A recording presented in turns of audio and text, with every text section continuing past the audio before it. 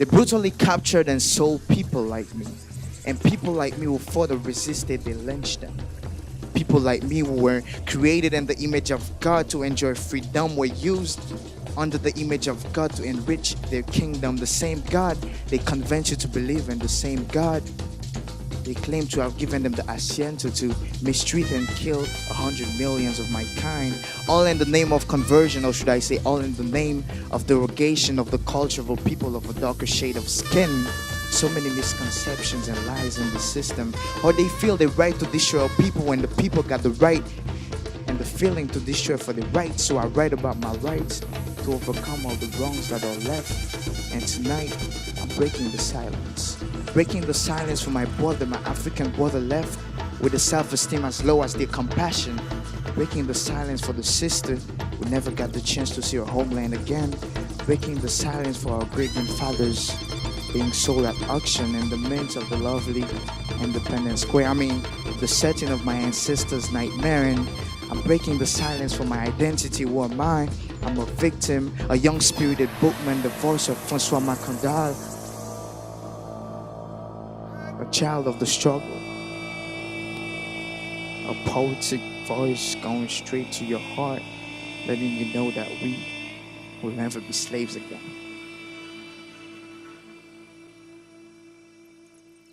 Project was officially launched in 1994 in Benin.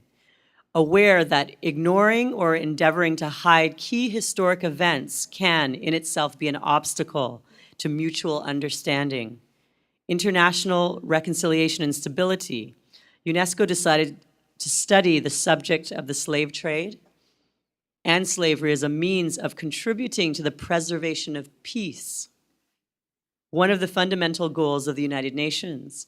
This tragedy, symbol of denial of the most basic human rights, must be recalled to human consciousness. It illustrates the preamble of the UNESCO Constitution, which acknowledges that horrors such as those of the last World War are caused by the denial of the democratic principles of dignity, equality, and mutual respect of men by the propagation in their place through ignorance and prejudice. If we forget the negatives, it's like you go down the road and you drop in a hole. Forget what happened. You drop in again. This evening, I'm especially pleased to welcome so many of you to this official launch of the Slave Root Project here in St. Nevis. And my greatest pride derives from my knowledge of how far we've come as a predominantly African people who were rooted up from our homeland in Africa and driven across the oceans to distant lands in the so-called New World to labor on their plantations for European empire. As the Jewish people will never forget the transgressions against them associated with the diabolical events of the last World War, so too must we as African people and as Kittitians and Nivisians, and I'm sure friends from other countries, never forget the atrocities committed against us as a people. Tonight, we indulge ourselves in pride as we stand against the backdrop of all that we have gone through, the oppression, the denigration, the degradation, etc. Like the phoenix of Greek mythology, we have risen from the ashes of our own trials and tribulations. We have built ourselves a civilization of which our forefathers, who yearned for freedom, would be exceeding proud if they came back and observed what we have accomplished.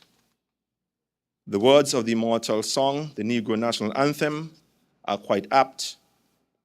In one of the verses, which says, "We have come over the way that with tears has been watered. We have come treading the path through the blood of the slaughtered. Out of the gloomy past, till now we stand at last, where the white gleam of our bright star is cast."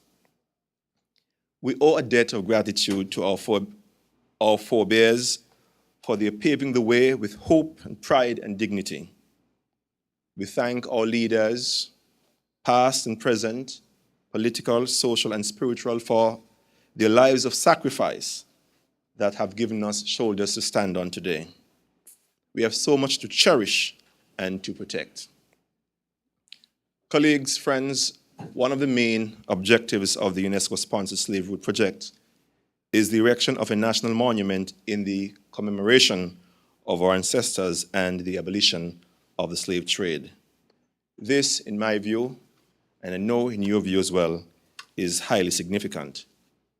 It was originally broached as an idea that this monument could be constructed at Independence Square, but this is just an idea, and we hope that during our consultation and deliberations, we can all come to some conclusion and decision as to where such a monument could be erected. Independence Square, though, when we think of it every now and again, and I'm sure you do, is a sweet-sounding name because it represents a victorious contrast between a marketplace of African slaves and now a symbol of freedom and our political coming of age. The chosen theme for the project is towards the erection of a monument in the remembrance of our ancestors and the abolition of slavery and the slave trade. I trust that as we launch this project and commence the consultations this evening, we will garner the views of our nationals at home and abroad that will help to chart the way forward for this important project. Where, for example, is such a monument to be erected, and what will be the specific design of such a monument. I'm also happy to report that the Slave Route project envisages the development of educational materials on the slave trade and slavery for use by students, teachers, members of the wider public, and even our visitors. For this purpose, a special committee consisting of stakeholders from across the spectrum of civil society has been assembled.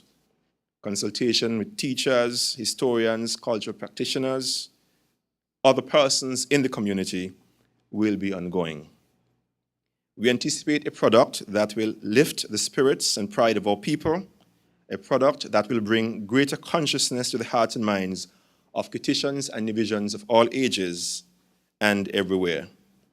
The spate of violent crimes in our country tells us how urgently our young people need to connect to their true selves and to reconnect with and help salvage our proud heritage as an African people. I also want to mention a few of our activities and work that we've done with the involvement and through the support of UNESCO. Just last Friday, 15th of July, we were able to launch an online management system and documentation center.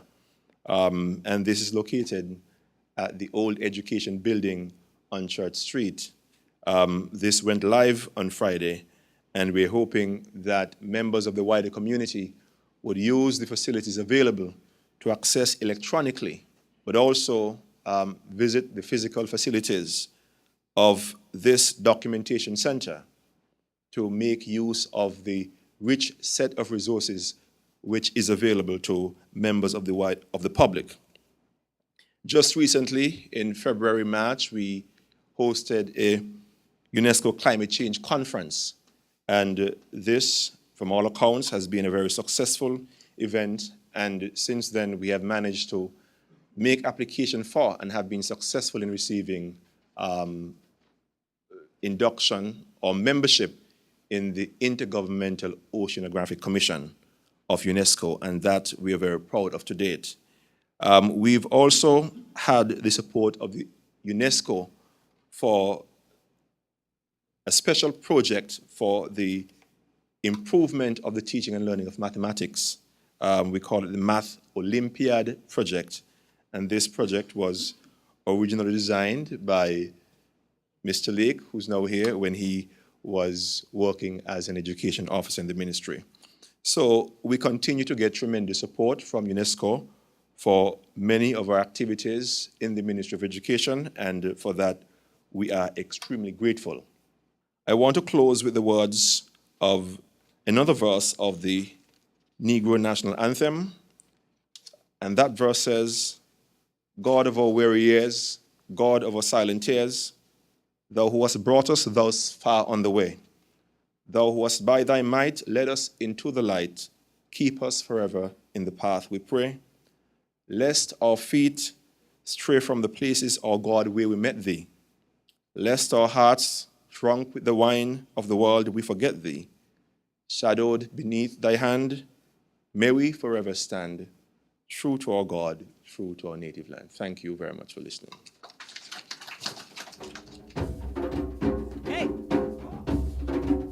Well, if you get there before I do, coming forth to carry me home, tell all my friends I'll be coming soon, coming forth to carry me home. So swing low, sweet chariot, coming forth to carry me home. Swing low, sweet chariot, coming forth to carry me home.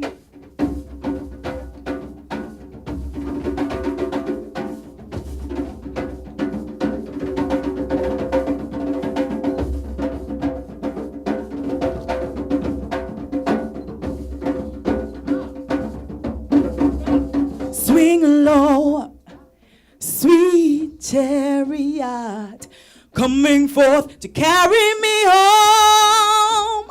Swing low, sweet chariot, coming forth to carry me home. Well, I looked over yonder, and what did I see?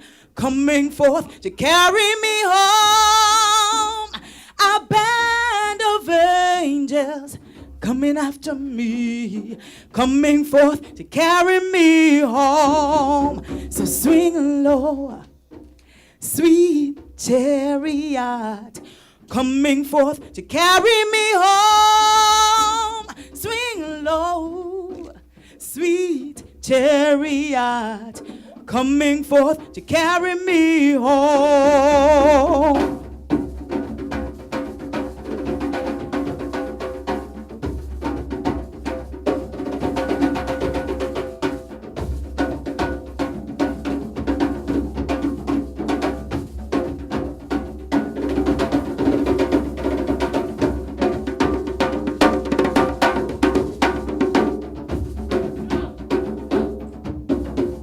Swing low, sweet chariot, coming forth to carry me home. Swing low, sweet chariot, coming forth to carry me home. Swing low, sweet, sweet, sweet chariot, coming forth to carry me home.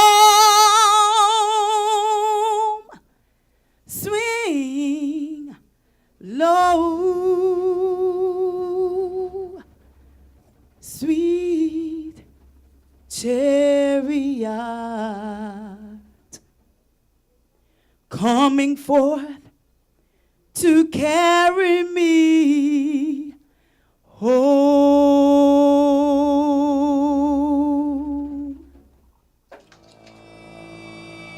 Sankofa says, it is wise for one to go back into the past to retrieve what was lost. Ignorance hides in silence. And the only way it can be obliterated is by transparency that exposes the issues at hand and dialogues, actions that bring resolution.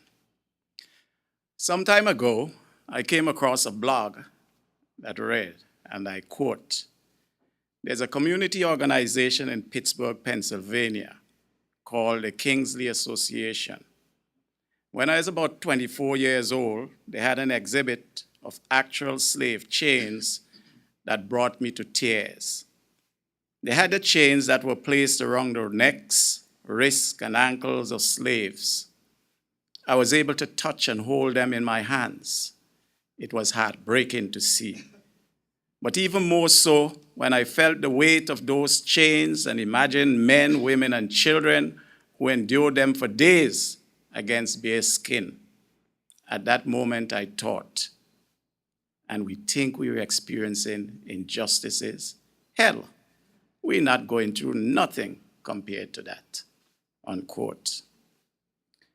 During the last 50 years, it seems that the very terms by which those of us living in the African diaspora demand to be called changes every decade or so. As a result, many of us simply don't know what is politically correct today. To be called a black man or a black woman seems not to be acceptable, although almost all of the early census reports use black as a racial designation. Mulatto seems not to be acceptable either. As for the words Negro and, God forbid, nigger, they have all but disappeared from our working vocabularies. Slave is an emotionally charged term, and whereas at one time, wealth was often determined by the number of slaves one owned, slave owner is also a negatively viewed term because of the supercharged speeches of the last few decades. Indeed, how do we reasonably discuss a situation in which a huge segment of our population refuses to let a spade be called a spade? Slavery happened, so we cannot sweep it like dust under the rug of modern times. We cannot change the course of history.